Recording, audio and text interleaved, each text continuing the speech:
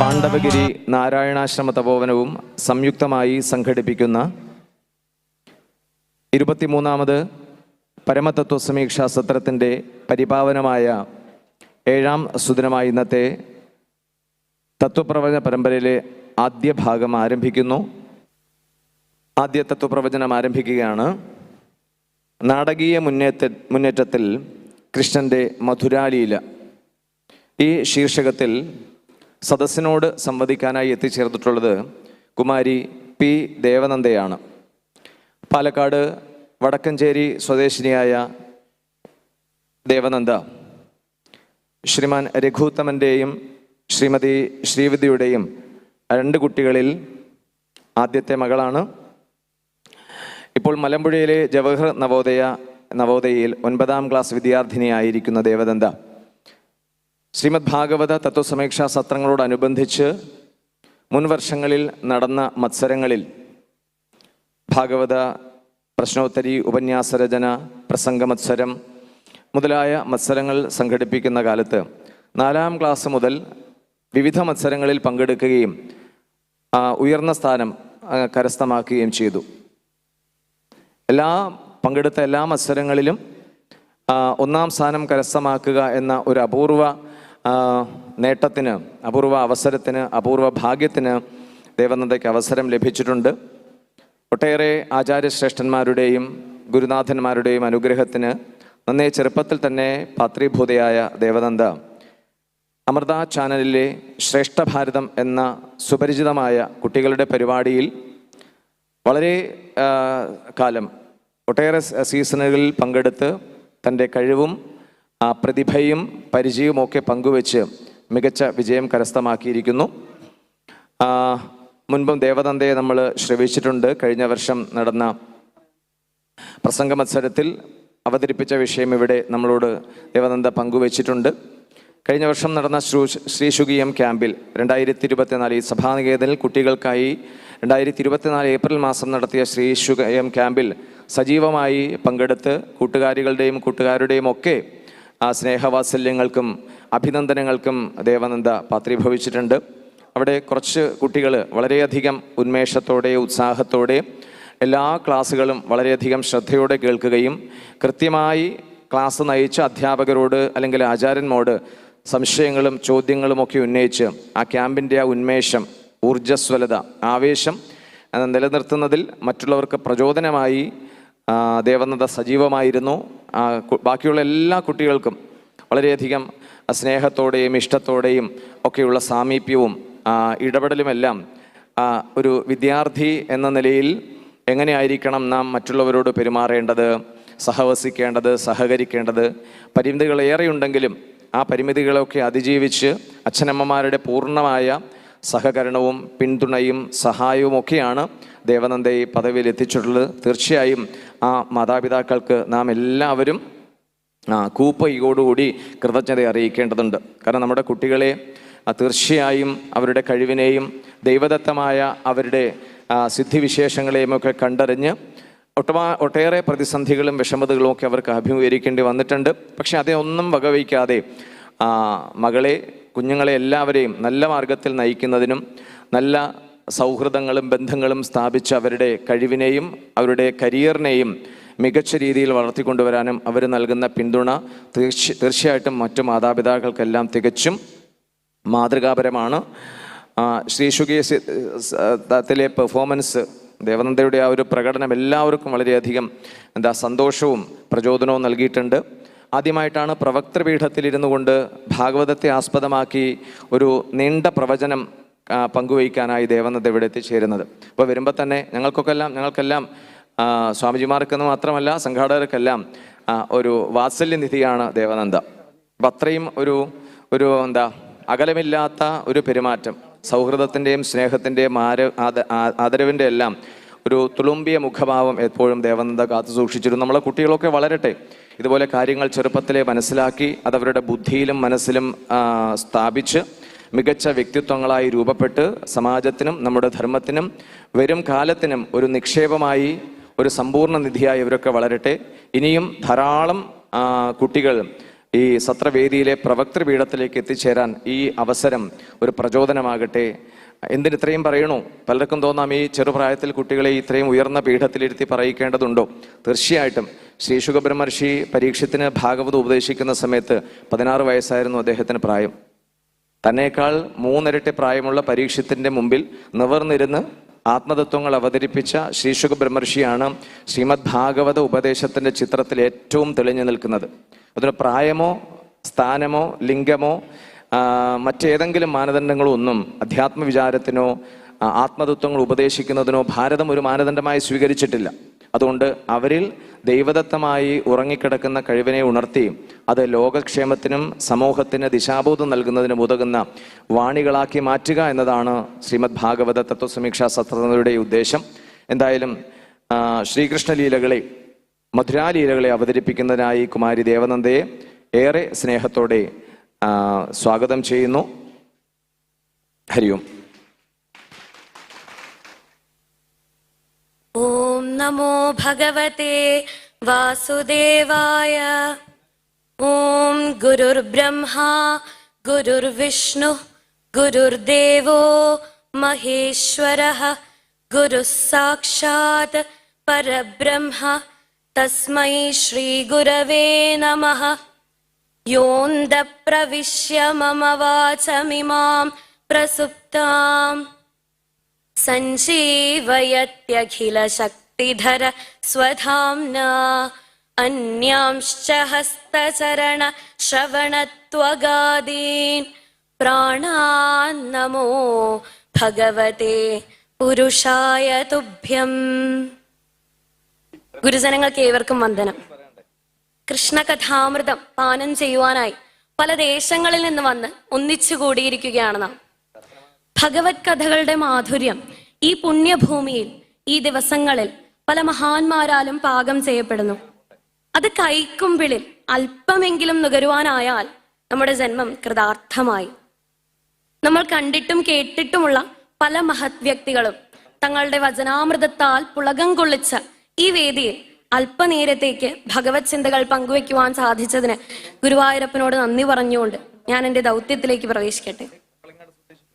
ശ്രീമദ് ഭാഗവതത്തിലെ ദശമസ്കന്ധത്തിലെ ഭഗവാന്റെ അതിമധുരമായ മധുരാലീലകളിലേക്ക് നമുക്ക് കിടക്കാം.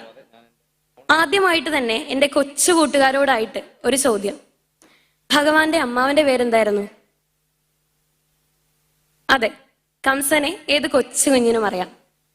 ഇന്നത്തെ നമ്മുടെ സമൂഹത്തിന് വില്ലന്മാരോടും അക്രമങ്ങളോടുമാണല്ലോ പ്രതിപത്തി കൂടുതൽ, അല്ലേ? മാനുഷിക മൂല്യങ്ങളായിട്ടുള്ള സ്നേഹം, ദയ, സൗഹൃദം എന്നിവ വരച്ചു കാട്ടുന്ന കഥകളിൽ നിന്നും സിനിമകളിൽ നിന്നുമെല്ലാം നമ്മൾ മുഖം തിരിച്ചു തുടങ്ങിയിരിക്കുന്നു. ശ്രീമദ് ഭാഗവതത്തിൽ നമ്മൾ ഓരോരുത്തരുടെയും അഭിരുചിക്കനുസരിച്ച് ആര് വേണമെങ്കിലും നമുക്ക് മാതൃകയാക്കി സ്വീകരിക്കാം. അനേകായിരം കഥാപാത്രങ്ങൾ, വൈകാരിക നിമിഷങ്ങൾ നമ്മുടെ ജീവിതത്തിലെ ഒരു ഭാഗമാണോ എന്ന് തോന്നിപ്പോകുന്ന സന്ദർഭങ്ങൾ, അങ്ങനെയെല്ലാം നമുക്ക് ഭാഗവതത്തിൽ കാണാം. ഇനി ഏതായാലും ദ്വേഷഭക്തിയോട് കൂടിയ കംസനിലേക്ക് തന്നെ നമുക്ക് കടക്കാം. ദേവകിയുടെ 8ാമത്തെ പുത്രൻ തന്നെ വധിക്കും എന്ന അശരീരി കേട്ട് പരിഭ്രാന്തനായിത്തീർന്ന കംസൻ ദേവകിയുടെ 6 മക്കളെയും നിഷ്കരുണം വധിച്ച് 8ാമത്തെ പുത്രനാണ് കൃഷ്ണൻ എന്ന് അറിയില്ലെങ്കിൽ കൂടി ഗോകുലത്തിൽ വസിക്കുന്ന കൃഷ്ണനെ വധിക്കുവാൻ വേണ്ടി ശ്രമിക്കുകയും ആ ശ്രമങ്ങളെല്ലാം പരാജയപ്പെട്ട ഒരു സന്ദർഭത്തിൽ നാരദ മഹർഷി കംസന്റെ കൊട്ടാരത്തിലേക്ക് വരുന്നു.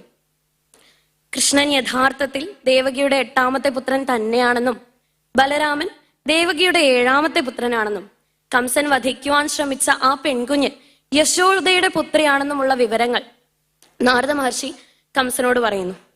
ഇത് കേട്ട് ക്രോധത്തോടു കൂടിയ കംസൻ വസുദേവരെ വധിക്കുവാനായിട്ട് ഒരുങ്ങുന്നു. ഇത് കണ്ട് നാരദ മഹർഷി പറയുന്നു, മാതാപിതാക്കൾക്ക് ഏറ്റവും സങ്കടം ഉണ്ടാവുന്നത് അവരുടെ മക്കൾ വധിക്കപ്പെടുന്നത് കാണുമ്പോഴല്ലേ. അതുകൊണ്ട് രാമകൃഷ്ണന്മാരെ ഇങ്ങോട്ട് വരുത്തിയ ശേഷം അവരെ വധിക്കുന്നത് കാണുവാൻ ഇവരെ വരുത്തുകയാണ് ചെയ്യേണ്ടത് എന്ന് പറയുന്നു. നാരദ മഹർഷി യഥാർത്ഥത്തിൽ അങ്ങനെ പറയുന്നത് ഭഗവാനെ മധുരയിലേക്ക് എത്തിക്കുവാനായിട്ടാണ്. ഭഗവാൻ മധുരയിൽ എത്തിയാലല്ലേ കംസവധം സാധ്യമാകുള്ളൂ. അതിനു വേണ്ടിയിട്ടാണ് അങ്ങനെ ചെയ്യുന്നത്. മഹർഷി യാത്രയായ ശേഷം കംസൻ മധുരയിൽ കൃഷ്ണവധത്തിനുള്ള ഒരുക്കങ്ങളെല്ലാം നടത്തി ധനുർയാഗം നടക്കുന്നുണ്ടെന്ന വ്യാജേന രാമകൃഷ്ണന്മാരെ മധുരയിലേക്ക് എത്തിക്കുവാനായിട്ട് അക്രൂരനെ ഗോകുലത്തിലേക്ക് അയക്കുന്നു. പുണ്യാത്മാവായ അക്രൂരൻ പ്രഭാതത്തിൽ തന്നെ കൃഷ്ണനെ കാണുവാനുള്ള വ്യഗ്രതയോടുകൂടി യാത്രയാകുന്നു. വിവിധ രൂപങ്ങളിൽ വിരാജിക്കുന്ന ഭഗവാന്റെ രൂപം അക്രൂരന്റെ മനസ്സിൽ ഇങ്ങനെ നിറഞ്ഞു നിന്നു. യഥാർത്ഥത്തിൽ കംസൻ അക്രൂരനെ അനുഗ്രഹിക്കുകയാണ് ചെയ്തത്. ഭഗവത് ദർശനം സാധ്യമാക്കി കൊടുക്കുകയാണല്ലോ ചെയ്തത്. താൻ ഭഗവാനെ നമസ്കരിക്കുന്നതും ഭഗവാൻ തന്നെ അനുഗ്രഹിക്കുന്നതുമെല്ലാം അക്രൂരൻ മനസ്സിൽ കണ്ടുകൊണ്ട് യാത്ര ആരംഭിച്ചു. താൻ കംസന്റെ ദൂതനാണ്, അതിനാൽ ശത്രുവാണ് എന്ന് ഭഗവാൻ ചിന്തിക്കുമോ? ഒരിക്കലുമില്ല. സർവജ്ഞനായ ഭഗവാന് അറിയാത്തതായിട്ട് എന്തെങ്കിലും ഉണ്ടോ? താൻ ഭഗവാന്റെ ഭക്തനാണ് എന്ന് കരുതി ഭഗവാൻ തന്നെ അനുഗ്രഹിക്കും. ന തസ്യ കശ്ചിദ്ദയിതഃ സുഹൃത്തമോ ന ചാ പ്രിയോ ദ്വേഷ്യ ഉപേക്ഷ്യ ഏവ വാ തഥാപി ഭക്താൻ ഭജതേ യഥാ തഥാ സുരദ്രുമോ യദ്വദുപാശ്രിതോർത്ഥഃ. ഭഗവാന് പ്രിയനായിട്ടോ അപ്രിയനായിട്ടോ ആരും തന്നെ ഇല്ല. എന്നാൽ ആരാശ്രയിച്ച് അപേക്ഷിക്കുന്നുവോ അവർക്കൊരു കൽപ്പവൃക്ഷത്തെ പോലെ അവരുടെ എല്ലാ ആഗ്രഹങ്ങളും സാധ്യമാക്കി കൊടുക്കുന്നു. ഇങ്ങനെ ഓരോ ചിന്തകളോടുകൂടി അക്രൂരൻ ഗോകുലത്തിലേക്ക് യാത്ര ചെയ്തുകൊണ്ടിരിക്കുന്നു. ഭഗവാൻ തന്നെ ആലിംഗനം ചെയ്യുന്നതും പിതൃസ്ഥാനീയനായ തന്നെ താതാ എന്ന് വിളിച്ച് അഭിസംബോധന ചെയ്യുന്നതുമെല്ലാം അക്രൂരൻ മനക്കണ്ണിൽ കാണുന്നു. അങ്ങനെ പരമാനന്ദത്തിൽ അക്രൂരൻ ഗോകുലത്തിലേക്ക് പോകുന്നു. എന്ത് മനോഹരമായിട്ടാണല്ലേ അക്രൂരന്റെ ചിന്തകൾ പോകുന്നത്. ഇനി നമുക്ക് നമ്മുടെ കാര്യത്തിലേക്ക് കിടക്കാം. നമ്മൾ ഉദാഹരണമായിട്ട് നമ്മളെല്ലാവരും ഗുരുവായൂർ അമ്പലത്തിലേക്ക് പോയിട്ടുണ്ടാവും അല്ലേ? വളരെ നീണ്ടൊരു ക്യൂ ആയിരിക്കില്ലേ ഭഗവാനെ കാണാൻ. നമ്മൾ ഇന്ന് കൃഷ്ണനെ കണ്ടേ മടങ്ങൂ എന്നെല്ലാം ഉറപ്പിച്ച് വരിയിലെല്ലാം നിൽക്കും. പക്ഷേ ചുണ്ടിൽ ഭഗവാന്റെ നാമത്തിനും മനസ്സിൽ ആ മനോജ്ഞമായ രൂപത്തിനും പകരം നമ്മുടെ ചുണ്ടിൽ പലതരത്തിലുള്ള സംസാരങ്ങളും മനസ്സിൽ പല രീതിയിലുള്ള ചിന്തകളുമായിരിക്കും അല്ലേ? ഈ സന്ദർഭങ്ങളിലെല്ലാം നമ്മൾ അക്രൂരനെ മാതൃകയാക്കി എടുക്കേണ്ടതാണ്. അങ്ങനെ പ്രഭാതത്തിൽ യാത്ര ആരംഭിച്ച അക്രൂരൻ സന്ധ്യയോടുകൂടി ഗോകുലത്തിൽ എത്തിച്ചേരുന്നു. യഥാർത്ഥത്തിൽ ഗോകുലത്തിലേക്ക് മധുരയിൽ നിന്ന് അധികം ദൂരമില്ല. പക്ഷേ ഭഗവാനിൽ ചിത്തമുറച്ച അക്രൂരൻ പല സന്ദർഭങ്ങളിലും ബാഹ്യലോകത്തെപ്പറ്റി യാതൊരു വിധത്തിലുള്ള ബോധവുമില്ലാതെ തേരു തെളിക്കാൻ മറന്നു പോവുകയും പല സന്ദർഭങ്ങളിലും വഴി തെറ്റിപ്പോവുകയും എല്ലാം ചെയ്തിരുന്നു. എന്നാൽ ഭക്തന്റെ കൂടെ എപ്പോഴും ഭഗവാൻ ഉണ്ടായിരിക്കും. അതുകൊണ്ട് തന്നെ അല്പം കാലവിളംബം ഉണ്ടായി എങ്കിലും അവസാനം അക്രൂരൻ ഗോകുലത്തിൽ എത്തുക തന്നെ ചെയ്തു. അവിടെ എത്തിയ ഉടനെ അക്രൂരൻ കാണുന്നത് ഭഗവാന്റെ വജ്രാംകുശ ധ്വജാതി മുദ്രകളോടുകൂടിയ ആ പാദങ്ങൾ പതിഞ്ഞ മണ്ണാണ്. ഒരു ഭഗവത് ഭക്തന് ഭഗവാന്റെ പാദധൂളിയേക്കാൾ മഹത്തരമായിട്ട് മറ്റെന്താണുള്ളത്? അത് കണ്ട ഉടനെ അക്രൂരൻ തേരിൽ നിന്നിറങ്ങി ആ പൂഴിയിൽ കിടന്നുരുളുവാനായിട്ട് ആരംഭിച്ചു. അക്രൂരൻ യാത്ര ആരംഭിച്ചത് മുതൽ ചെയ്ത എല്ലാ കാര്യങ്ങളും പരമപുരുഷാർത്ഥമായിട്ടുള്ള മോക്ഷത്തെ പ്രദാനം ചെയ്യുന്നതായിരുന്നു. ഈ ഭാഗത്ത് എനിക്ക് തോന്നിയ ഒരു കാര്യം, എൻ്റെ പാഠപുസ്തകത്തിൽ, മലയാള പാഠപുസ്തകത്തിൽ അക്രൂരൻ ഗോകുലത്തിലേക്ക് ചെല്ലുന്ന ഈ ഒരു ഭാഗം കൃഷ്ണഗാഥയിൽ നിന്നെടുത്തിട്ട് ഒരു പാഠഭാഗമാക്കിയിട്ട് ഞങ്ങൾ പഠിക്കുവാനുണ്ട്. അപ്പോൾ ആ ഭാഗം വായിക്കുമ്പോൾ കൂട്ടുകാർക്ക് അത് വ്യക്തമായി മനസ്സിലാക്കുവാനും ഉൾക്കൊള്ളുവാനും സാധിക്കുന്നില്ലേ എന്നെനിക്ക് തോന്നി. ഏറെക്കാലമായിട്ട് ഭഗവാനെ കാണുവാൻ ആഗ്രഹിച്ച, ഭഗവാനെ ആരാധിച്ച, എന്നാൽ കംസന്റെ വിലക്ക് കാരണം മാത്രം ഗോകുലത്തിലേക്ക് പോകുവാൻ സാധിക്കാതെ വന്ന ഉത്തമനായിട്ടുള്ള ഭഗവത് ഭക്തൻ ചെയ്യുന്ന കാര്യം തന്നെയാണ് അക്രൂരൻ ഇവിടെ ചെയ്തിട്ടുള്ളത്. അത് പൂർണ്ണമായി ഉൾക്കൊള്ളുവാനും മനസ്സിലാക്കുവാനും സാധിക്കുന്നില്ലെങ്കിൽ അത് നമ്മുടെ മനസ്സിന്റെ വലിപ്പക്കുറവ് കൊണ്ട് മാത്രമാണ്. അങ്ങനെ അക്രൂരൻ അതിനുശേഷം നന്ദഗോപരുടെ ഗൃഹത്തിലേക്ക് പോകുന്നു. അവിടെ ഗോശാലയിൽ നവകിശോരന്മാരും ചെന്താമരാക്ഷന്മാരും മധുരമായ മന്ദസ്മിതം, കാരുണ്യത്തോടെയുള്ള കടാക്ഷം എന്നിവയോടുകൂടിയ രാമകൃഷ്ണന്മാരെ കാണുന്നു. ഒരാൾ പീതാംബരധാരിയായിട്ടുള്ള ശ്യാമമോഹനൻ, മറ്റൊരാൾ നീലവസ്ത്രധാരിയായ ശ്വേതസുന്ദരൻ. അവരെ കണ്ട ഉടനെ അക്രൂരൻ തേരിൽ നിന്നിറങ്ങി ദണ്ഡ നമസ്കാരം ചെയ്യുന്നു. ഭഗവാനെ കണ്ട ആ ഒരു പരമാനന്ദത്തിൽ തന്റെ പേര് പറഞ്ഞ് അഭിവാദ്യം ചെയ്യുവാൻ പോലും അക്രൂരൻ ശക്തനായില്ല. എന്നാൽ സർവജ്ഞനായ ഭഗവാന് ആരെയും പരിചയപ്പെടുത്തി കൊടുക്കേണ്ട ആവശ്യമില്ലല്ലോ. ഭഗവാൻ അക്രൂരനെ താതാ എന്ന അഭിസംബോധനയോടുകൂടി നിരവധി തവണ ആലിംഗനം ചെയ്യുന്നു. പിന്നീട് ആദിത്യ മര്യാദകളോടുകൂടി സത്കരിച്ചിരുന്നു. കംസന്റെ പ്രജാക്ഷേമത്തെ പറ്റിയും മധുരയിലെ ജനങ്ങളുടെ ജീവിതത്തെ പറ്റിയും എല്ലാം ചോദിച്ച് മനസ്സിലാക്കുന്നത്. കുറച്ചു മുമ്പ് അക്രൂരൻ എന്തെല്ലാം മനസ്സിൽ ചിന്തിച്ചുവോ അതെല്ലാം ഭഗവാൻ സാധ്യമാക്കി കൊടുത്തു. ഭഗവാൻ പ്രസാദിക്കുകയാണെങ്കിൽ ഒരുവന്റെ എല്ലാ ആഗ്രഹങ്ങളും സാധ്യമാക്കി കൊടുക്കുന്നു. അങ്ങനെയുള്ള അക്രൂരന്റെ അടുത്ത് ഭഗവാൻ ആഗമനോദ്ദേശം ആരായുന്നു. ഇത് കേട്ട അക്രൂരൻ നാരദ മഹർഷി കംസന്റെ കൊട്ടാരത്തിൽ വന്നത് മുതലുള്ള എല്ലാ കാര്യങ്ങളും കൃഷ്ണനോട് പറയുന്നു. ഇത് കേട്ട ഭഗവാൻ ധനുർയാഗം നടക്കുന്ന വിവരം മാത്രം നന്ദഗോപരെ അറിയിക്കുന്നു. നന്ദഗോപർ പിറ്റേന്ന് തന്നെ മധുരയിലേക്ക് പോകുവാനുള്ള ഒരുക്കങ്ങൾ നടത്തുവാനായിട്ട് ഗോപന്മാരോട് ആജ്ഞാപിക്കുന്നു. ഈ വിവരം അറിയുന്ന ഗോപികമാർ വാടിത്തളർന്ന് വീഴുന്ന പൂക്കളെ പോലെ ആകുന്നു. ക്ഷണനേരത്തെ വിരഹം പോലും സഹിക്കുവാനാകാത്ത തങ്ങൾ എങ്ങനെയാണ് ഭഗവാനെ ഇത്ര ദൂരെ ഭഗവാൻ പോകുമ്പോൾ അത് സഹിക്കുവാൻ തങ്ങൾക്ക് എങ്ങനെയാണ് സാധ്യമാവുക എന്നവർ ചിന്തിക്കുന്നു. അവർ പറഞ്ഞു, ഹേ ബ്രഹ്മാവേ, അവിടുന്ന് ഈ ലോകത്തിലുള്ള എല്ലാ മനോഹരമായ വസ്തുക്കളെയും നിർമ്മിച്ചത് ഈ ഭഗവാന്റെ മനോഹരമായ രൂപം കണ്ടുകൊണ്ടല്ലേ?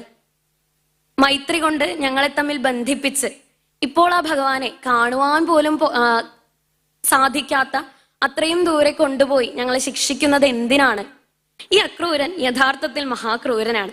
ആരാണ് അദ്ദേഹത്തിന് ഈ പേര് നൽകിയത് എന്നെല്ലാം അവർ ഓരോന്ന് പറഞ്ഞ് കരയുവാനായിട്ട് ആരംഭിച്ചു. പിറ്റേ ദിവസം പ്രഭാതമായപ്പോൾ അക്രൂരനോടുകൂടി രാമകൃഷ്ണന്മാർ രഥത്തിൽ കയറി. ഇത് കണ്ട് സങ്കടം സഹിക്കുവാനാകാതെ ഗോപികമാർ വീണ്ടും പലതും പറഞ്ഞ് വിതുമ്പുവാനായിട്ട് ആരംഭിച്ചു. ഏവം ബ്രുവാണാ വിരഹാതുരാഭൃശം വ്രജസ്ത്രിയ കൃഷ്ണ വിഷക്തമാനസാഹ വിസൃജ്യ ലജ്ജാം തതദുസ്മ സുസ്വരം ഗോവിന്ദ ദാമോദര മാധവേതി. കൃഷ്ണവിരഹാതുരകളായിത്തീർന്ന അവർ ഗോവിന്ദ, ദാമോദര, മാധവ എന്നിങ്ങനെ ഓരോന്ന് പറഞ്ഞ് ഭഗവാനെ വിളിച്ച് കരയുവാനായിട്ട് ആരംഭിച്ചു. ഇവിടെ ഗോപികമാർ ഓരോ അഭിസംബോധനയിലും പലതും വ്യംഗ്യമായിട്ട് പറയുവാനായിട്ട് ആഗ്രഹിച്ചിരുന്നു.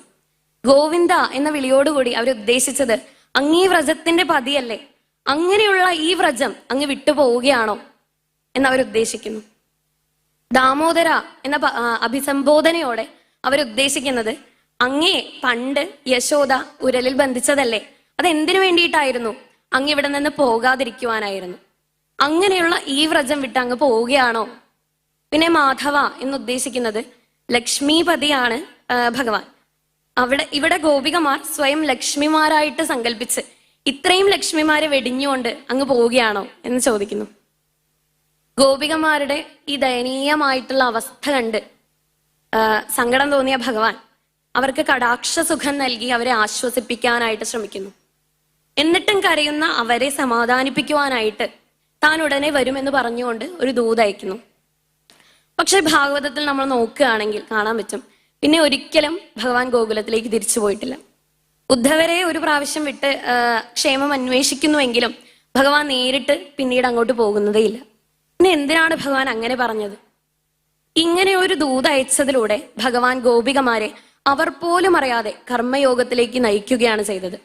അവരെല്ലാം കൃഷ്ണാർപ്പണമായിട്ട് ചെയ്യുവാനായിട്ട് ആരംഭിച്ചു. അങ്ങനെ ഭഗവാൻ യാത്രയായി. ഭഗവാന്റെ രഥം കണ്ണിൽ നിന്ന് മായുന്നത് വരെ ആ ഗോപികമാർ ചിത്രത്തിലെ ഭാഗം എന്നതുപോലെ നിശ്ചലരായി നോക്കി നിന്നു. പിന്നീട് അവർ അവരുടെ എല്ലാ കർമ്മങ്ങളും കൃഷ്ണാർപ്പണമായിട്ട് ചെയ്യുവാനായിട്ട് ആരംഭിച്ചു. മധ്യാഹ്നമായപ്പോൾ രാമകൃഷ്ണന്മാർ തേര് കാളിന്തി നദീതീരത്ത് നിർത്തിയിട്ട് ജലപാനം ചെയ്തിട്ട് വിശ്രമിക്കുവാനായിട്ട് ആരംഭിച്ചു. അക്രൂരൻ മധ്യാഹ്നികത്തിനായിട്ട് നദിയിലിറങ്ങി. ഒന്ന് മുങ്ങി പ്രണവം ജപിച്ച് നദിയുടെ മധ്യത്തിലേക്ക് നോക്കിയപ്പോൾ രാമകൃഷ്ണന്മാരെ അവിടെ കണ്ട് അമ്പരന്നു. തിരികെ കരയിൽ നോക്കിയപ്പോൾ അവിടെയും രാമകൃഷ്ണന്മാർ. ഇത് കണ്ട് അത്ഭുതത്തോടുകൂടി അക്രൂരൻ തിരികെ ജലാന്തർഭാഗത്തേക്ക് നോക്കിയപ്പോൾ 1000 ഭണങ്ങളോടുകൂടിയ ആദിശേഷമൂർത്തിയുടെ ഉത്സംഗത്തിൽ കൗസ്തുഭം, വനമാല തുടങ്ങിയവയോടുകൂടിയും ശംഖചക്ര ഗദാപത്മങ്ങളോടുകൂടിയും ലക്ഷ്മി സമേതനായിട്ടുമുള്ള ഭഗവാനെ കാണുന്നു. ഭഗവാനെ കണ്ട ഉടനെ അക്രൂരൻ സ്തുതിക്കുവാനായിട്ട് ആരംഭിക്കുന്നു. നതോസ്മ്യഹം ത്വാഖില ഹേതുഹേതും നാരായണം പൂരുഷമാദ്യമവ്യയം യന്നാഭിജാതാദരവിന്ദകോശാത് ബ്രഹ്മാ വിരാസീത് യത ഏഷ ലോകഃ. ഈ ലോകം മുഴുവൻ സൃഷ്ടിച്ച ബ്രഹ്മാവ് ആരുടെ നാഭിയിൽ നിന്നാണോ ഉണ്ടായത്, ആദ്യനും അവ്യയനും പൂർണ്ണനും നാരായണനും സകല കാരണവുമായ ആ ഭഗവാനെ ഞാൻ നമിക്കുന്നു. യോഗികൾ ഏകാഗ്രചിത്തരായും ബ്രാഹ്മണർ വിവിധ തരത്തിലുള്ള രൂപങ്ങളോടുകൂടിയും ചിലർ ഏകരൂപനായും മറ്റു ചിലർ അനേക രൂപനായും അവിടുത്തെ ഭജിക്കുന്നു. എന്നാൽ മഴവെള്ളം കൊണ്ട് നിറഞ്ഞ നദികളെല്ലാം അവസാനം സമുദ്രത്തിൽ തന്നെ എത്തിച്ചേരുന്നത് പോലെ എല്ലാവിധത്തിലുള്ള ആരാധനകളും എത്തിച്ചേരുന്നത് അങ്ങയിൽ തന്നെയാണ്. അങ്ങയുടെ മായയാൽ മോഹിതരായിട്ട് ഈ ജഗത്തിലുള്ള സകല ചരാചരങ്ങൾ കർമ്മബന്ധത്തിൽപ്പെട്ട് ചുറ്റിക്കറങ്ങുകയാണ്. ഞാനും അത്തരത്തിലുള്ള ഒരുവൻ തന്നെയാണ്, എന്നെ അവിടുന്ന് രക്ഷിക്കണേ എന്നെല്ലാം അക്രൂരൻ പ്രാർത്ഥിക്കുന്നു. പിന്നീട് ഭഗവാന്റെ അംഗോപാംഗങ്ങളെ പ്രകൃതി ശക്തികളോട് ഉപമിക്കുന്നു. പിന്നെ ഭഗവാന്റെ ദശാവതാരങ്ങളെയും സ്മരിച്ച് നമസ്കരിക്കുന്നു. അക്രൂരന്റെ സ്തുതിയിൽ സന്തുഷ്ടനായ ഭഗവാൻ ആ അത്ഭുതകരമായ രൂപത്തെ മറയ്ക്കുന്നു. പിന്നീട് അക്രൂരൻ സ്നാനം പൂർത്തിയാക്കിയ ശേഷം തിരികെ കരയിലേക്ക് ചെല്ലുന്നു. അക്രൂരനെ കണ്ട് ഭഗവാൻ ഒന്നും അറിയാത്തവനെ പോലെ താതാ അങ്ങ് എന്തെങ്കിലും അത്ഭുതം ദർശിച്ചുവോ എന്ന് ചോദിക്കുന്നു. ഇത് കേട്ട അക്രൂരൻ സർവ്വതിനെയും ഞാൻ അങ്ങയിൽ ദർശിച്ചു, സർവ്വതും അങ്ങയിൽ വസിക്കുന്നു, അങ്ങ് സർവ്വതിലും വസിക്കുന്നു എന്ന് പറഞ്ഞുകൊണ്ട് തേര് തെളിക്കുവാനായിട്ട് ആരംഭിച്ചു. ഇവിടെ അക്രൂരന്റെ മനസ്സിൽ താൻ രാമകൃഷ്ണന്മാരെ കൊല്ലുവാനാണല്ലോ കൊണ്ടുപോകുന്നത് എന്ന് ഭഗവാന്റെ മഹത്വം അറിയാതെയുള്ള ഒരു ആശങ്കയുണ്ടായിരുന്നു. ഈ ആശങ്ക തീർത്തു കൊടുക്കുകയാണ് ഭഗവാൻ തന്റെ ആ അത്ഭുതകരമായ രൂപം കാണിച്ചു കൊടുത്തുകൊണ്ട് ചെയ്യുന്നത്. അങ്ങനെ സന്ധ്യയോടുകൂടി അവർ മധുരാപുരിയിൽ എത്തിച്ചേരുന്നു. ഇവിടെ എത്തിച്ചേർന്നപ്പോൾ അക്രൂരൻ ഭഗവാനെ തന്റെ ഗൃഹത്തിലേക്ക് ആഗതനാകുവാനായിട്ട് ക്ഷണിക്കുന്നു. എന്നാൽ ഭഗവാൻ കംസവധത്തിന് ശേഷം ഞാൻ അങ്ങോട്ട് വരാം എന്ന് പറഞ്ഞുകൊണ്ട് അക്രൂരനെ യാത്രയാക്കുന്നു. അല്പനേരത്തെ വിശ്രമത്തിന് ശേഷം രാമകൃഷ്ണന്മാർ അവരുടെ സുഹൃത്തുക്കളായിട്ടുള്ള ഗോപന്മാരോടുകൂടി മധുരാപുരി ചുറ്റിക്കാണുവാനായിട്ട് ഇറങ്ങുന്നു. മധുരയിലെ ഉന്നതങ്ങളായ ഗോപുരങ്ങൾ, അഗാധമായ ഇടങ്ങുകൾ, സ്വർണം പതിച്ച ജനാലകൾ, കതകുകൾ, വിശ്രമ മന്ദിരങ്ങൾ, ഉദ്യാനങ്ങൾ, കുലവാഴകൾ എന്നിവയെല്ലാം കൊണ്ട് അലങ്കരിച്ചു വെച്ചിട്ടുള്ള രാജവീഥികൾ ഇവയെല്ലാം കാണുന്നു. രാമകൃഷ്ണന്മാർ പുരിയിൽ വന്നു ചേർന്നത് അറിഞ്ഞ ആ പുരിയിലെ നിവാസികളെല്ലാവരും പാതയുടെ ഇരുവശത്തുമായിട്ട് കൂട്ടം കൂടി നിൽക്കുവാൻ ആരംഭിച്ചു. ഭഗവാന്റെ സൗന്ദര്യത്തെപ്പറ്റിയും ലീലകളെപ്പറ്റിയും കേട്ടറിഞ്ഞിട്ടുണ്ടായിരുന്ന ആ മധുരാപുരിയിലെ നാരിമാരെല്ലാവരും എങ്ങനെയെല്ലാമോ ഉടുത്തൊരുങ്ങി മാളിക മുകളിൽ കയറി ഭഗവാനെ കാണുവാനായിട്ട് കാത്തിരിക്കുവാൻ തുടങ്ങി. ദൂരെ നിന്ന് തന്നെ രാമകൃഷ്ണന്മാരെ കണ്ടപ്പോൾ തങ്ങൾ കേട്ടതിലും എത്രയോ അധികമാണ് ഇവരുടെ സൗന്ദര്യം എന്നവർ മനസ്സിലാക്കുന്നു. അടുത്തെത്തിയപ്പോൾ രാമകൃഷ്ണന്മാരുടെ തൂമന്ദഹാസത്താലും കടാക്ഷ വീക്ഷണത്താലും മോഹിതരായിത്തീർന്ന അവർ ഭഗവാനെ കണ്ണുകൾ കൊണ്ട് ഹൃദയത്തിലാക്കി ആലിംഗനം ചെയ്ത് പുളകം കൊണ്ടു. മനാംസിതാസാമരവിന്ദലോചനഃ പ്രഗൽഭലീലാഹസിതാവലോകനൈഃ ജഹാരമത്തദ്വിരദേന്ദ്ര വിക്രമോ ദൃശാം ദദത് ശ്രീരമണാത്മനോത്സവം. ഭഗവാൻ ലക്ഷ്മി ദേവിയെ രമിപ്പിക്കുന്ന തന്റെ ശരീരകാന്തിയാലും കടാക്ഷ വീക്ഷണങ്ങളാലും മധുരമായ മന്ദസ്മിതത്താലും ആ മധുരാപുര സ്ത്രീകളുടെ എല്ലാവരുടെയും മനസ്സുകളെ അപഹരിച്ചു. അങ്ങനെ സഞ്ചരിച്ചു കൊണ്ടിരിക്കുന്ന രാമകൃഷ്ണന്മാർ എതിരെ ഒരു രാജഭൃത്യനായിട്ടുള്ള രജകൻ എതിരെ വരുന്നത് കാണുന്നു. രജകനെ കണ്ടപ്പോൾ ഭഗവാൻ അദ്ദേഹത്തോട് തങ്ങൾക്ക് അനുയോജ്യമായിട്ടുള്ള വസ്ത്രങ്ങൾ നൽകുവാനായിട്ട് യാചിക്കുന്നു. എന്നാൽ താൻ രാജഭൃത്യനാണ് എന്ന അഹങ്കാരത്തോടു കൂടിയ ആ രജകൻ ഭഗവാന്റെ യാചനയെ നിരസിക്കുകയും അദ്ദേഹത്തെ അധിക്ഷേപിക്കുകയും ചെയ്തു. ഇത് കേട്ട് മധുരാപുരിയുടെ ന്യായ അവകാശിയും ദേവകിയുടെ പുത്രനും യദുകുലനാഥനുമായിട്ടുള്ള ഭഗവാൻ അവന് മോക്ഷം നൽകുവാനായിട്ട് തീരുമാനിച്ചു. എന്നിട്ട് തന്റെ ഇടതു കൈയുടെ നഖാഗ്രം കൊണ്ട് ഒരു പൂവിറുക്കുന്ന ലാഘവത്തോടെ രചകന്റെ ശിരസ് എഴുതിടുന്നു. ഇത് കണ്ട ആ രചകന്റെ അനുയായികൾ എല്ലാവരും അവരുടെ വസ്ത്രഭാണ്ഡങ്ങൾ അവിടെ ഉപേക്ഷിച്ച് പലായനം ചെയ്യുന്നു. രാമകൃഷ്ണന്മാർ അവർക്ക് അനുയോജ്യമായ വസ്ത്രങ്ങൾ അതിൽ നിന്ന് സ്വീകരിക്കുന്നു. ഇത് കണ്ടുകൊണ്ട് നിന്നിരുന്ന ഒരു തുന്നൽക്കാരൻ അവർക്കത് യോജിക്കുന്ന രീതിയിൽ തുന്നിക്കൊടുക്കുന്നു. തുന്നൽക്കാരനിൽ സന്തുഷ്ടനായ ഭഗവാൻ അവനെ അനുഗ്രഹിച്ചുകൊണ്ട് വീണ്ടും യാത്ര ആരംഭിക്കുന്നു. ചില ആചാര്യന്മാർ ഈ രചകനായിരുന്നു രാമൻ സീതയെ ഉപേക്ഷിക്കുവാൻ കാരണമായിരുന്ന ആ രചകൻ എന്ന് പറഞ്ഞു കേൾക്കാറുണ്ട്. അങ്ങനെ രചകവധത്തിന് ശേഷം യാത്ര തുടരുന്ന ഭഗവാന് ഒരു ഹാരം ധരിക്കുവാനുള്ള ആഗ്രഹം ഉണ്ടായി. അങ്ങനെ രാമകൃഷ്ണന്മാർ മാല കെട്ടുന്നവനായ സുദാമാവിന്റെ ഗൃഹത്തിലേക്ക് കയറി ചെല്ലുന്നു.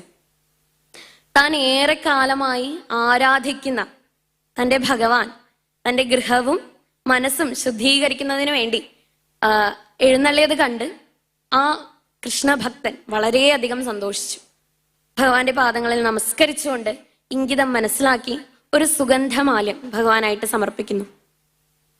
സുദാമാവിനെ അനുഗ്രഹിക്കുവാൻ തീരുമാനിച്ച് ഭഗവാൻ അദ്ദേഹത്തോട് വരം വരിക്കുവാൻ ആവശ്യപ്പെടുമ്പോൾ ഭഗവാനിൽ അചഞ്ചലമായിട്ടുള്ള ഭക്തിയും കാരുണ്യവും മാത്രം അദ്ദേഹം വരമായിട്ട് വരിക്കുന്നു. പിന്നീട് സുദാമാവിനെ അനുഗ്രഹിച്ചുകൊണ്ട് രാമകൃഷ്ണന്മാർ വീണ്ടും യാത്ര തുടരുന്നു. കൃഷ്ണന്റെ പ്രിയ സുഹൃത്തായ മറ്റൊരു സുദാമാവിനെ നമുക്ക് ദശമസ്കന്ധത്തിൽ കാണാം അല്ലെ. അങ്ങനെ യാത്ര തുടരുന്ന രാമകൃഷ്ണന്മാർ കൂനിയാണെങ്കിലും സുന്ദരാംഗങ്ങളോട് കൂടിയ ഒരു യുവതി കുറിക്കൂട്ടുകളുമായിട്ട് എതിരെ വരുന്നത് കാണുന്നു. ഇത് കണ്ട് ഭഗവാൻ, ഏ സുന്ദരി, നീ ആരാണ്? ആർക്ക് വേണ്ടിയാണ് ഇവ കൊണ്ടുപോകുന്നത്? ഞങ്ങൾക്ക് അല്പം നൽകാമോ എന്ന് അവളോട് ചോദിക്കുന്നു. ഇത് കേട്ട് സുന്ദരി എന്ന അഭിസംബോധനയിൽ തന്നെ വളരെയധികം സന്തോഷിച്ച ആ കൂനി താൻ കംസന്റെ സൈരന്ധ്രിയാണെന്നും ഈ കുറിക്കൂട്ടുകൾ കംസനായിട്ട് ആണെന്നും ഇവ അണിയുവാൻ ഏറ്റവും അധികം യോഗ്യരായിട്ടുള്ളത് നിങ്ങൾ തന്നെയാണെന്നും പറഞ്ഞുകൊണ്ട് ആ അംഗരാഗങ്ങൾ ഭഗവാനായിട്ട് നൽകുന്നു. ഭഗവാൻ തന്റെ ദർശന സാഫല്യം അവൾക്കുടനെ തന്നെ നൽകുവാനായിട്ട് ആഗ്രഹിച്ച് അവളുടെ കാലുകളിൽ അമർത്തിച്ചവിട്ടി കൈവിരലുകൾ കൊണ്ട് താടിയിൽ പിടിച്ചുയർത്തി. ഭഗവത് സ്പർശനമേറ്റ മാത്രയിൽ തന്നെ അവളുടെ കോനുകൾ അപ്രത്യക്ഷമായി തീർന്നു. അത്യധികം സുന്ദരിയായി തീർന്നു. അങ്ങനെ ഭഗവാൻ നേരത്തെ അവളെ അഭിസംബോധന ചെയ്ത ആ ഒരു പദത്തെ യഥാർത്ഥത്തിൽ നമ്മുടെ കണ്ണുകൾ കൊണ്ട് നോക്കുമ്പോൾ സത്യമാക്കി തീർത്തു. അങ്ങനെ ഉള്ള ഭഗവാനെ അവൾ തന്റെ ഗൃഹത്തിലേക്ക് അനുരക്തയായി തീർന്ന അവൾ ഭഗവാനെ തന്റെ ഗൃഹത്തിലേക്ക് ആഗതനാവാനായിട്ട് ഭഗവാനെ ക്ഷണിക്കുന്നു.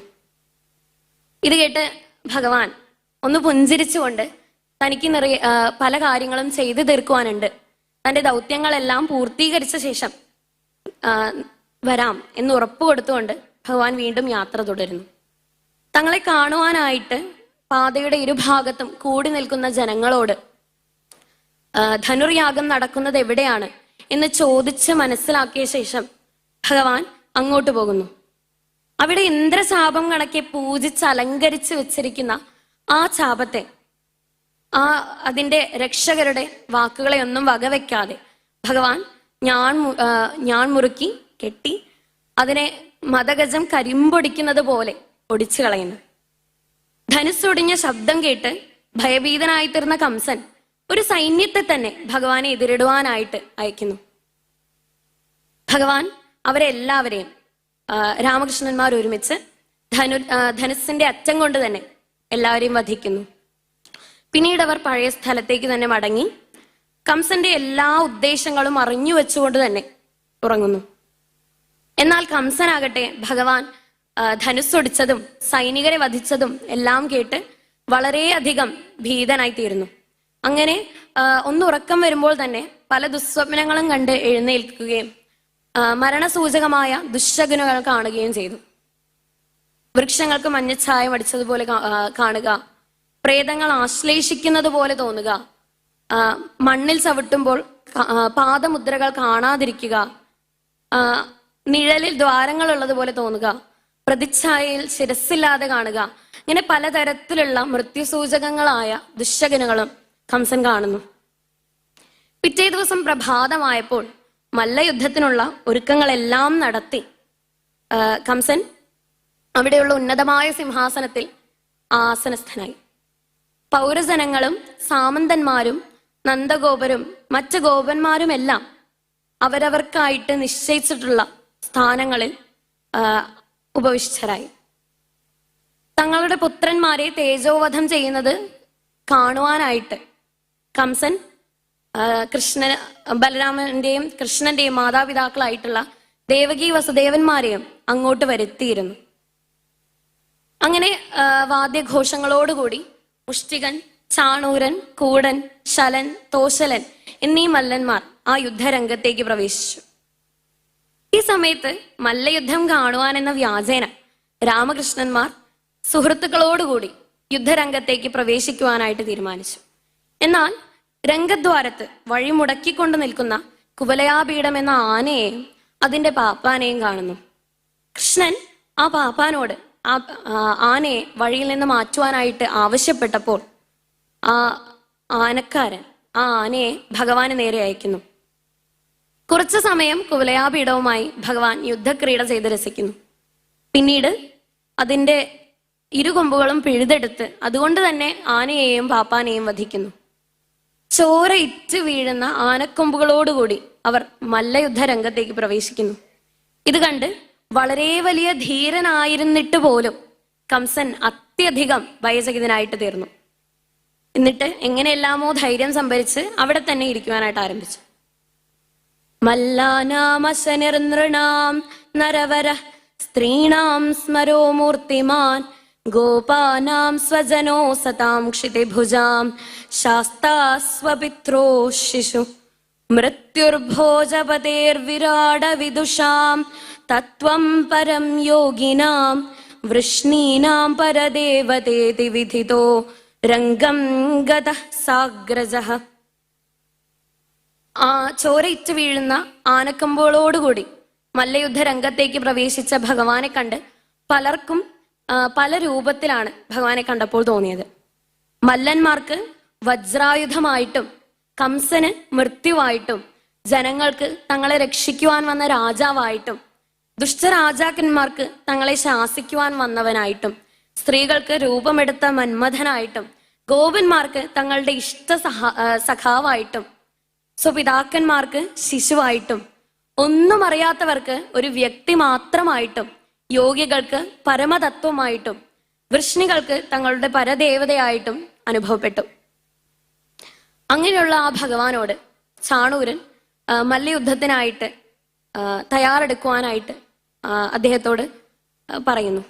ഇത് കേട്ട ഭഗവാൻ യുദ്ധത്തിന് വേണ്ടി തയ്യാറെടുത്തുകൊണ്ട് തന്നെയാണ് അങ്ങോട്ട് വന്നതെങ്കിലും ദേശകാലോചിതമായിട്ട് തങ്ങൾ ബാലന്മാരോട് എതിരിടാം എന്ന് പറയുന്നു. ഇത് കേട്ട് കുവലയാപീഠത്തെ വധിച്ച നിങ്ങൾ ബാലന്മാരെക്കാളും അതിബലവാന്മാരാണ് എന്ന് പറഞ്ഞുകൊണ്ട് ആ മല്ലന്മാർ യുദ്ധത്തിന് വേണ്ടിയിട്ട് യുദ്ധം ചെയ്യുവാനായിട്ട് ആരംഭിക്കുന്നു. മല്ലയുദ്ധത്തിന്റെ എല്ലാ പരിധികളും ലംഘിച്ചുകൊണ്ട് മല്ലന്മാർ യുദ്ധം ചെയ്യുന്നു. ഇത് കണ്ട് പുരസ്ത്രീകളുടെ മാതൃഹൃദയങ്ങൾ വല്ലാതെ വേദനിക്കുന്നു. മൃദുല ശരീരികളായിട്ടുള്ള രാമകൃഷ്ണന്മാർ വജ്രതുല്യ ശരീരികളായ ആ മല്ലന്മാരോട് എതിരിടുന്നത് കണ്ടു നിൽക്കുവാൻ അവർക്കായില്ല.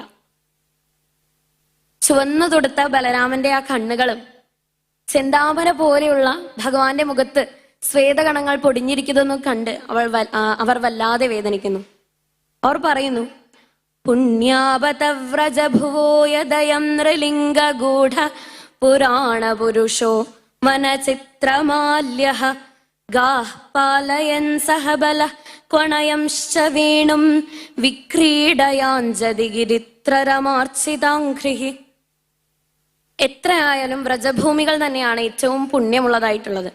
എന്തെന്നാൽ ശ്രീശിവനാലും ശ്രീലക്ഷ്മിയാലും പൂജിക്കപ്പെടുന്ന പാദങ്ങളോടുകൂടിയ ഈ പുരാണ പുരുഷൻ മനുഷ്യരൂപത്താൽ മറയ്ക്കപ്പെട്ടവനായി വിചിത്രമായിട്ടുള്ള ഭൂഷണങ്ങളോടുകൂടി ജ്യേഷ്ഠനോടൊത്ത് പശുക്കളെ പരിപാലിച്ചുകൊണ്ടും വേണുഗാനം ആലപിച്ചുകൊണ്ടും വ്രജഭൂമിയിൽ സഞ്ചരിക്കുന്നു.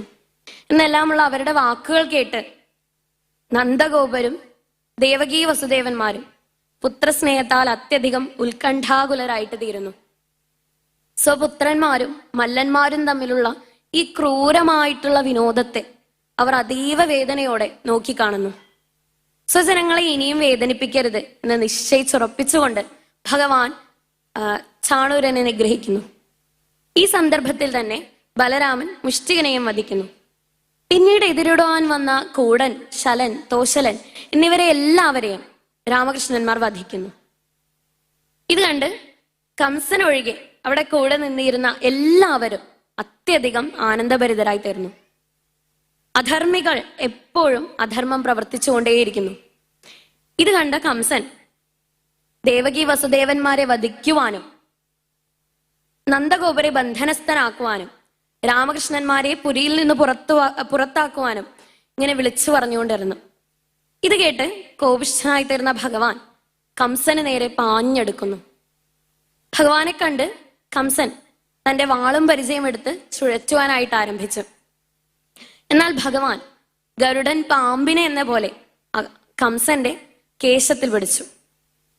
നവവധുവും പരമസാധ്വിയും സ്വസഹോദരിയുമായിരുന്ന ദേവകിയുടെ കേശം അന്ന് ചുറ്റിപ്പിടിച്ച ആ കംസന്റെ കേശത്തെ അന്ന് ദേവകി സുതൻ പിടിച്ചു വലിച്ച് ആ മല്ലയുദ്ധ രംഗത്തേക്ക് കംസനെ വലിച്ചെറിഞ്ഞു.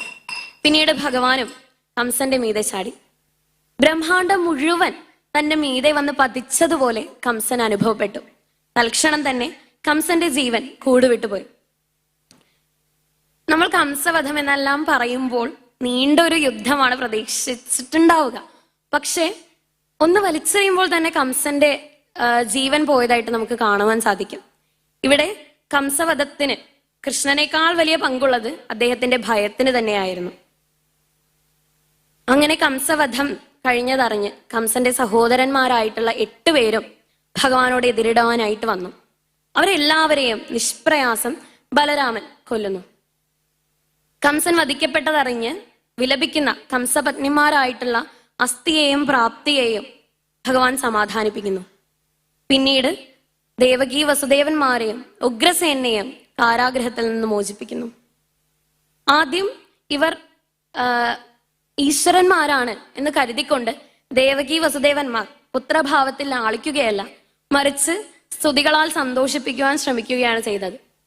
എന്നാൽ പിന്നീട് ഭഗവാന്റെ മായയിൽ മോഹിതരായിട്ട് തീർന്ന അവർ ഭഗവാനെ പുത്രഭാവത്തിൽ ലാളിക്കുവാനും അനുഗ്രഹിക്കുവാനും തുടങ്ങി. യഥാർത്ഥത്തിൽ കംസൻ മഹാസുഹൃതി തന്നെയായിരുന്നു. എന്തെന്നാൽ ദേവകിയുടെ ഗർഭത്തിൽ വരുന്നതിനും എത്രയോ മുൻപ് തന്നെ കംസൻ കൃഷ്ണനെ പറ്റി ചിന്തിക്കുവാനായിട്ട് തുടങ്ങിയിരുന്നു.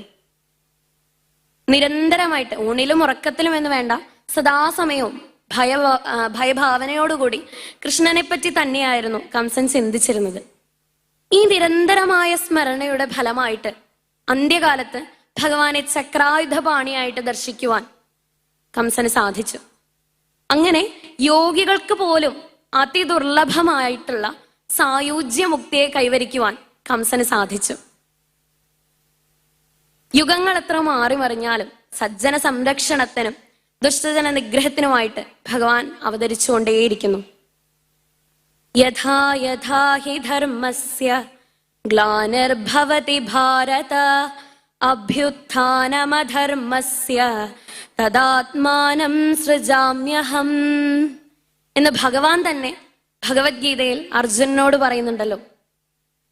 നമ്മളെല്ലാവരും ഭഗവാന്റെ പ്രിയ സന്താനങ്ങൾ തന്നെയാണ്. എന്നാൽ സാഹചര്യങ്ങളുടെ സമ്മർദ്ദത്താൽ ചിലപ്പോൾ ദുർവൃത്തികളിൽ ഏർപ്പെടുന്നു എന്ന് മാത്രം. എന്നാൽ അത്തരത്തിലുള്ളവരെ പോലും ഭഗവാൻ കൈവിടിയുന്നില്ല. അവരുടെ അറിവില്ലായ്മയെ ദ്വേഷഭക്തിയായി കണ്ട് അവർക്ക് പോലും മോക്ഷത്തെ നൽകുന്ന കഥകൾ നമുക്ക് കാണാൻ കഴിയും. കാലം എത്ര മാറിയാലും കഥയും കഥാപാത്രങ്ങളും മാറുന്നില്ല.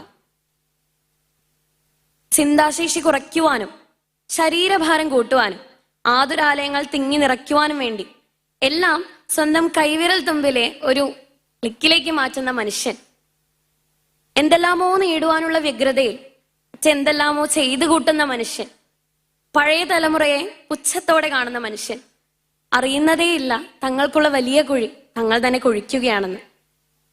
പറഞ്ഞു വന്നത് നമ്മുടെ സമയമില്ലായ്മയും ആധുനികതയും ബന്ധങ്ങൾക്കുണ്ടാകുന്ന വിള്ളലുകളും മൂലം നമ്മൾ അറിയേണ്ടതൊന്നും അറിയുന്നില്ല എന്നതാണ്.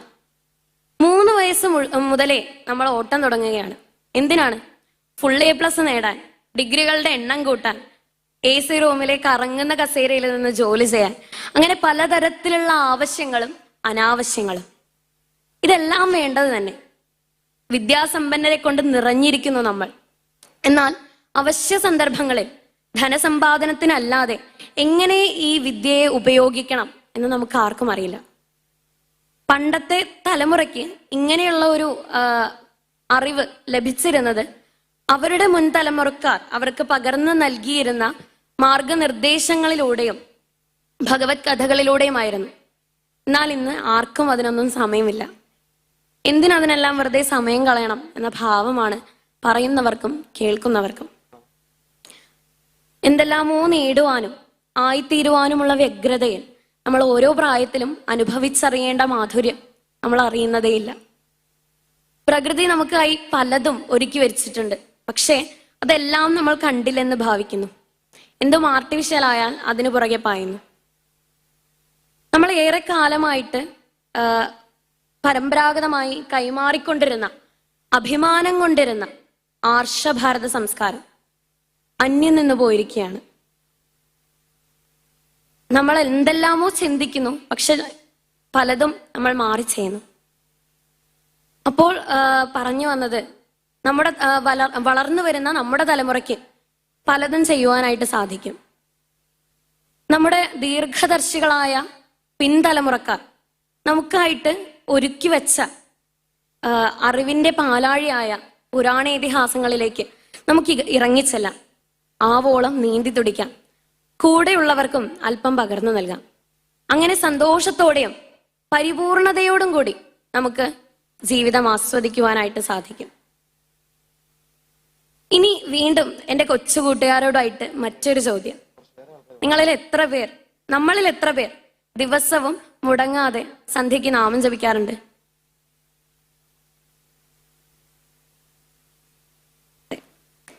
നമ്മുടെ പിൻതലമുറക്കാർ ശരിക്കും നമ്മൾ ദിവസം മുഴുവൻ അല്ല, നമ്മൾ എല്ലാ സമയത്തും ഭഗവാനെ പറ്റി ചിന്തിക്കേണ്ടതല്ലേ? പിന്നെ ഇങ്ങനെയൊരു സംസ്കാരം നമ്മുടെ പൂർവികർ കൊണ്ടുവന്നത് അപ്പോഴെങ്കിലും ഭഗവാനെ പറ്റിയിട്ടുള്ള സ്മരണ നമുക്കുണ്ടാകട്ടെ എന്ന് ചിന്തിച്ചുകൊണ്ടാണ്. പക്ഷെ അതിനു പോലും നമ്മൾ പലപ്പോഴും തയ്യാറാകുന്നില്ല. ശരിക്കും നാമജപം കൊണ്ട് നമുക്ക് എന്തെല്ലാം നേട്ടങ്ങളുണ്ട്. ശ്രദ്ധ കൂടുവാനും ജീവിതത്തിനൊരു ചിട്ട വരാനും അങ്ങനെ പല കാര്യങ്ങൾക്കും ഈ നാമജപം ഉപകരിക്കുന്നുണ്ട്. പക്ഷെ നമ്മളത് മനസ്സിലാക്കാതെ സമയമില്ല എന്നതൊരു കാരണമായി പറഞ്ഞുകൊണ്ട് അതിനൊന്നും തയ്യാറാവുന്നില്ല. ഞാനൊരു ഉദാഹരണം പറയാം. ഞാൻ ചെറിയ കുട്ടിയാവുമ്പോൾ ഭാഗവതം വായിക്കാനായിട്ട് സമയമുള്ള സമയത്ത് ശ്രമിക്കാറുണ്ട്. അപ്പോൾ അതിന്റെ മലയാളം പരിഭാഷയുള്ള, അതായത് ശ്ലോകങ്ങളുടെ അർത്ഥങ്ങൾ വിവരിച്ചിട്ടുള്ള ഒരു ഭാഗവതമാണ് എൻ്റെ കയ്യിലുള്ളത്. അങ്ങനെ വായിക്കുന്ന സമയത്ത് ചില സമയങ്ങളിൽ എൻ്റെ മാനസികാവസ്ഥ അറിഞ്ഞുകൊണ്ട് ഭഗവാൻ കൂടെ ഇരുന്ന് ഒരു സുഹൃത്തിനെ പോലെ എന്നെ ഉപദേശിക്കുന്നത് പോലെ എനിക്ക് തോന്നാറുണ്ട്. ആ അനുഭവം എല്ലാം ശരിക്കും വളരെയധികം ആനന്ദം നൽകുന്നതാണ്. ചില സമയങ്ങളിൽ പുരാണപരമായിട്ടുള്ള സംശയങ്ങളും പാരായണത്തിലൂടെ എനിക്ക് മായ്ക്കുവാനായിട്ട് സാധിക്കാറുണ്ട്. നിങ്ങളിൽ കുറച്ചുപേരെങ്കിലും ഇപ്രാവശ്യത്തെ മത്സരങ്ങളിൽ പങ്കെടുത്തിട്ടുണ്ടാവും അല്ലേ? ഇപ്രാവശ്യത്തെ മത്സരത്തിനായിട്ട് പ്രശ്നോത്തരിക്ക് വേണ്ടിയിട്ട് ഞാൻ തയ്യാറെടുത്തുകൊണ്ടിരിക്കുമ്പോൾ ബലരാമപത്നിയായിട്ടുള്ള രേവതിയെ പറ്റി വായിച്ചു. കൃഷ്ണപത്നിമാരെ പറ്റിയിട്ട് ദശമസ്കന്ധത്തിൽ വിശദമായി പറയുന്നുണ്ട്. പക്ഷെ ബലരാമപത്നിയെ പറ്റിയിട്ട് അധികം ഒന്നും കണ്ടില്ല. അപ്പോൾ ഞാൻ എന്തായിരിക്കും, അല്ലെങ്കിൽ രേവതി ആരായിരുന്നു എന്നെല്ലാം ഇങ്ങനെ വെറുതെ ചിന്തിച്ചു. ആ ദിവസം ഞാൻ വായിക്കുമ്പോൾ ഞാൻ ദശമസ്കന്ധത്തിലൂടെ അല്ലെങ്കിലും മറ്റൊരു ഭാഗത്ത് ഞാൻ ആ രേവതിയെ പറ്റിയിട്ടുള്ള ഒരു ഭാഗമാണ് ഞാൻ വായിച്ചത്. അപ്പോൾ ഇത് തികച്ചും ആകസ്മികമായിട്ട് എനിക്ക് തോന്നി. അപ്പോൾ അത് തീർച്ചയായിട്ടും വളരെയധികം ആനന്ദം നൽകുന്ന ഒരു അനുഭവം തന്നെയായിരുന്നു. ഞാൻ പറഞ്ഞത് നാമജപം അല്ലെങ്കിൽ ഭഗവത് സ്മരണയെങ്കിലും നമുക്കുണ്ടാകുന്നത് എപ്പോഴും നമ്മുടെ ജീവിതത്തിൽ വളരെയധികം ഉപകരിക്കും എന്ന് തന്നെയാണ്. ഇത്രയും ദിവസം ഭഗവത് നാമങ്ങൾ മുഴങ്ങിക്കേട്ടുകൊണ്ടിരിക്കുന്ന ഈ നൈമിഷാരണ്യത്തിൽ അല്പനേരത്തേക്ക് ഭഗവത് ചിന്തകൾ പങ്കുവയ്ക്കുവാനായിട്ട് എന്നെ അനുവദിച്ച ഭൂമാനന്ദ തീർത്ഥജി മഹാരാജിനോടും ഇവിടെയുള്ള എല്ലാ സംഘാടകരോടും സ്വാമിജിമാരോടും ഉണ്ണികൃഷ്ണേട്ടനോടും വിജയമാവനോടും എല്ലാവരോടും എൻ്റെ ഹൃദയത്തിന്റെ ഭാഷയിൽ ഞാൻ നന്ദി പറയുന്നു. ഇത്രയും നേരം എന്നെ ശ്രവിച്ചുകൊണ്ടിരുന്ന നിങ്ങൾ ഓരോരുത്തരോടും ഞാൻ നന്ദി പറയാണ്.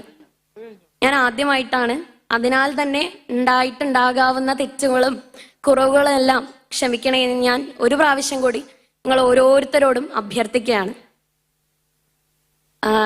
അങ്ങനെ ഞാൻ എൻ്റെ വാക്കുകൾ ഉപസംഹരിക്കുന്നു. കായേന വാചാ മനസേന്ദ്രിയൈർവാ ബുദ്ധ്യാത്മനാ വാ പ്രകൃതേ സ്വഭാവാത് കരോമി യദ്യത് സകലം പരസ്മൈ നാരായണായേതി സമർപ്പയാമി. സർവം ശ്രീനാരായണായേതി സമർപ്പയാമി. നന്ദി. ഹരി ഓം. 23ാമത് പരമതത്വ സമീക്ഷാ സത്രത്തിൻ്റെ 7ാം സുദിനമായ ഇന്ന് സത്രവേദിയിൽ ശ്രീമദ് ഭാഗവതത്തിലെ കൃഷ്ണചരിതത്തെ ആസ്പദമാക്കി ഭഗവാന്റെ ബാല്യകാല ജീവിതം ശ്രുതിമധുരമായി സദസ്സിന് മുൻപിൽ അവതരിപ്പിച്ച കുമാരി ദേവനന്ദയ്ക്ക് ശ്രീമദ് ഭാഗവത തത്വസമീക്ഷാ സത്രസമിതിയുടെയും ഭക്തജനങ്ങളുടെയും നാമധേയത്തിൽ കൃതജ്ഞത അറിയിക്കുന്നു. ഇനിയും ധാരാളം വേദികളിൽ ഭഗവത് കഥകളും ഭാരതീയ ധർമ്മമൂല്യങ്ങളും പങ്കുവയ്ക്കാൻ ദേവനന്ദയ്ക്ക് അവസരമുണ്ടാകട്ടെ. ദേവനന്ദയെ പോലെ ഇനിയും കൂടുതൽ കൂടുതൽ കുട്ടികൾ ഭാഗവതത്തെയും ധർമ്മശാസ്ത്രങ്ങളെയും ആസ്പദമാക്കി കാലിക പ്രസക്തിയുള്ള വിഷയങ്ങളെ ലോകത്തിൻ്റെ മുമ്പിൽ അവതരിപ്പിച്ച് അനാദിയായ നമ്മുടെ ധർമ്മത്തെയും ഉത്കൃഷ്ടമായ പാരമ്പര്യത്തെയും കണ്ണിമുറിയാതെ കാത്തുസൂക്ഷിക്കാൻ മുന്നോട്ട് വരട്ടെ. അവർക്ക് ദേവനന്ദയും ഇതുപോലെ ഇനിയും സത്രവേദിയിൽ പ്രവചനം നടത്തുന്ന കുട്ടികളും പ്രചോദനമാകട്ടെ എന്ന് ആശംസിക്കുന്നു, പ്രതീക്ഷിക്കുന്നു. ഹരി ഓം.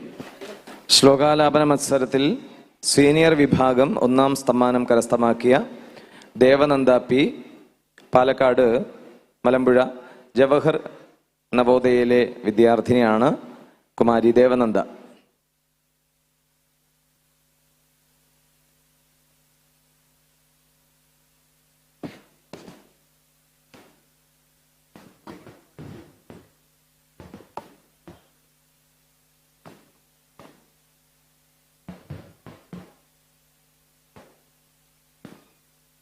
ഭൂമേ സുരേതര വരോധ വിമർദിതായാഃ ക്ലേശവ്യയായ കലയാ സിതകൃഷ്ണകേശഃ ജാതഃ കരിഷ്യതി ജനാൻ ഉപലക്ഷ്യ മാർഗഃ കർമാണി ചാത്മമഹിമോപ നിബന്ധനാനി തോകേന ജീവഹരണം യദുലൗകികായാസ്ത്രൈമാസികസ്യ ച പദാ ശകടോപവൃത്തഃ യദ്രിംഗതാന്തരഗതേന ദിവി സ്പൃശോർവാ ഉന്മൂലനം ത്വിതരഥാർജുനയോർന ഭാവ്യം യദ്വൈ വ്രജേ വ്രജപശൂൻ വിശതോയപീഠാൻ പാലാംസ്ത്വജീവയദനുഗ്രഹ ദൃഷ്ടിവൃഷ്ട്യാ തച്ഛുദ്ധയേതി വിഷവീര്യ വിലോലജിഹ്വമുച്ഛാടയിഷ്യദുരഗം വിഹരൻ ഹൃദിന്യാം തത്കർമ്മ ദിവ്യമിവ യന്നിശി നിശ്ശയാനം ദാവാഗ്നിനാ ശുചിവനെ പരിദഹ്യമാനേ ഉന്നേഷ്യതി വ്രജമതോ വസിതാന്തകാലം നേത്രേ പിധായ സബലോനധിഗമ്യ വീര്യഃ ഗൃഹ്ണീത യദ്യദുപബന്ധമമുഷ്യ മാതാ ശുൽബം സുതസ്യ നതു തത്തദമുഷ്യമാതി യജ്ജൃംഭതോസ്യ വദനേ ഭുവനാനി ഗോപീ സംവീക്ഷ്യ ശങ്കിതമനാ പ്രതിബോധിതാസീത്. നന്ദം ച മോക്ഷ്യതി ഭയാദ്വരുണസ്യ പാശാത്. ഗോപാൻ ബിലേഷു പിഹിതാന്മയസൂനുനാ ച. അഹ്ന്യാപൃതം നിശിശയാനമതിശ്രമേണ ലോകം വികുണ്ഠമുപനീഷ്യതി ഗോകുലം സ്മ. ഗോപൈർമഖേ പ്രതിഹതേ വ്രജ വിപ്ലവായ ദേവേഭിവർഷതി പശൂൻ കൃപയാരിരക്ഷുഃ. ധർത്തോച്ഛിലീന്ദ്രമിവ സപ്തദിനാനി സപ്തവർഷോ മഹീധ്രമനഘൈകകരേ സലീലം.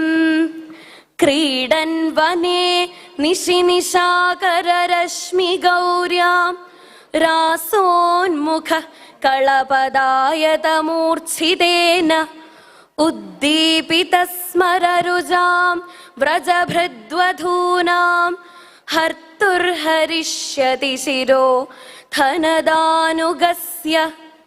യേ ച പ്രലംബഖരദർദുര കേശ്യരിഷ്ടമല്യേഭ കംസയവനാഃ കുജപൗണ്ഡ്രകാദ്യാഃ.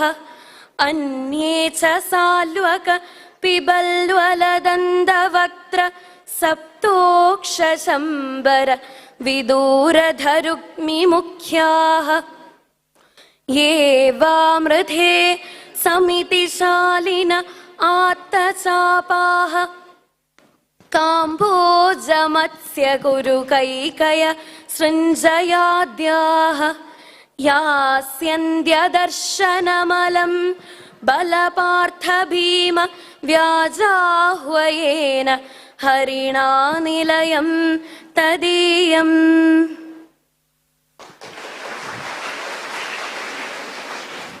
ഇരുപത്തിമൂന്നാമത് പരമതത്വ സമീക്ഷാ സത്രത്തിന് മുന്നോടിയായി സംഘടിപ്പിച്ച മത്സരങ്ങളിൽ പങ്കെടുത്ത് ഒന്നാം സമ്മാനം കരസ്ഥമാക്കിയ വിദ്യാർത്ഥികളുടെ പ്രകടനങ്ങളാണ് നാം ഇതുവരെ കണ്ടത്. വിഷ്ണു സഹസ്രനാമ ജപയജ്ഞത്തിൽ സംഘമായി പങ്കെടുത്ത് വിജയം നേടിയ വിദ്യാർത്ഥികൾ അവർ ഓരോ സംഘങ്ങളായി ഈ സത്രവേദിയുടെ സമീപത്തേക്ക് വന്നു ചേരേണ്ടതാണ്. സമ്മാന വിതരണം ആരംഭിക്കുന്നു. ഉപന്യാസ മത്സരം സീനിയർ വിഭാഗത്തിൽ ഒന്നാം സമ്മാനം നേടിയ ദേവനന്ദ പി, കുമാരി ദേവനന്ദ പി ഉപന്യാസം സീനിയർ വിഭാഗത്തിൽ ഒന്നാം സ്ഥാനം. പാലക്കാട് മലമ്പുഴ ജവഹർ നവോദയ വിദ്യാലയത്തിലെ വിദ്യാർത്ഥിനിയാണ്. കുമാരി ദേവനന്ദ പി.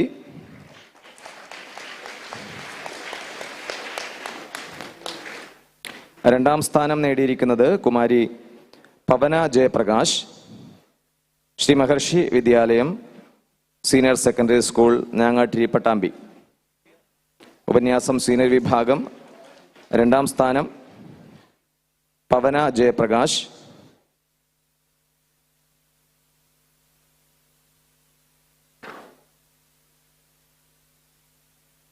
മൂന്നാം സ്ഥാനം കുമാരി പവിത്ര പി എസ്, ശ്രീ മഹർഷി വിദ്യാലയ senior secondary school Njangattiri Pattambi.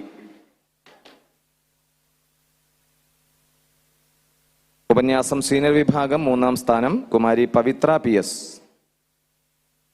നിങ്ങളൊക്കെ കൈയടിക്കാത്തത് എന്താ?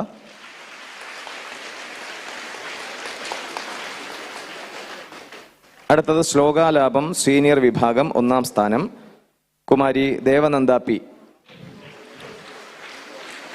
ശ്ലോകാലാപം സീനിയർ വിഭാഗം ഒന്നാം സ്ഥാനം കുമാരി ദേവനന്ദ പി.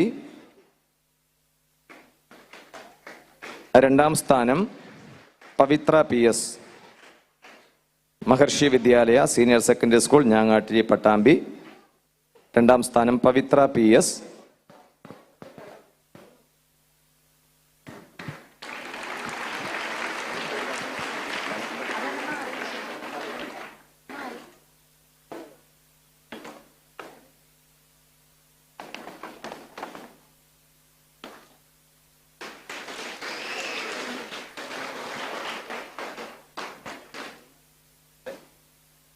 മൂന്നാം സ്ഥാനം മഹാലക്ഷ്മി ആർ മേനോൻ, ചിന്മയ വിദ്യാലയ, കോലഴി.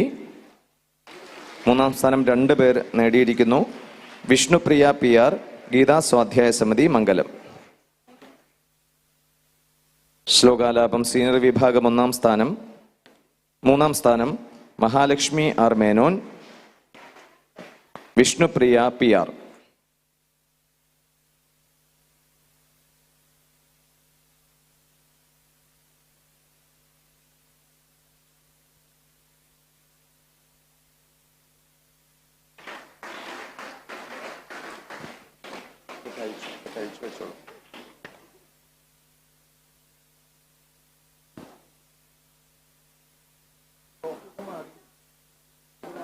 പിന്നെ മാറ്റിക്കൊടുക്കും.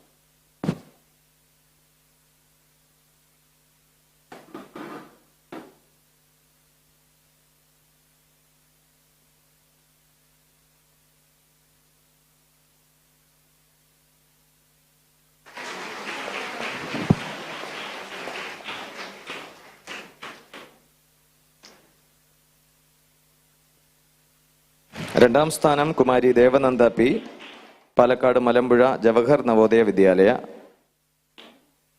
പ്രസംഗം സീനിയർ വിഭാഗം 2-ാം സ്ഥാനം.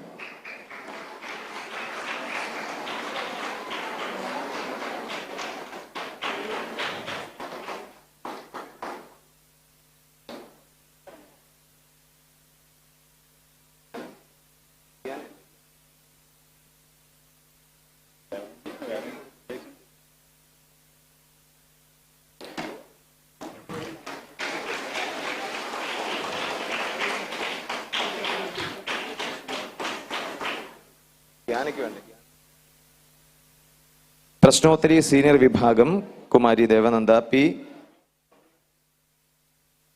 പ്രശ്നോത്തരി സീനിയർ വിഭാഗം കുമാരി ദേവനന്ദ പി, ജവഹർ നവോദയ വിദ്യാലയ, മലമ്പുഴ, പാലക്കാട്.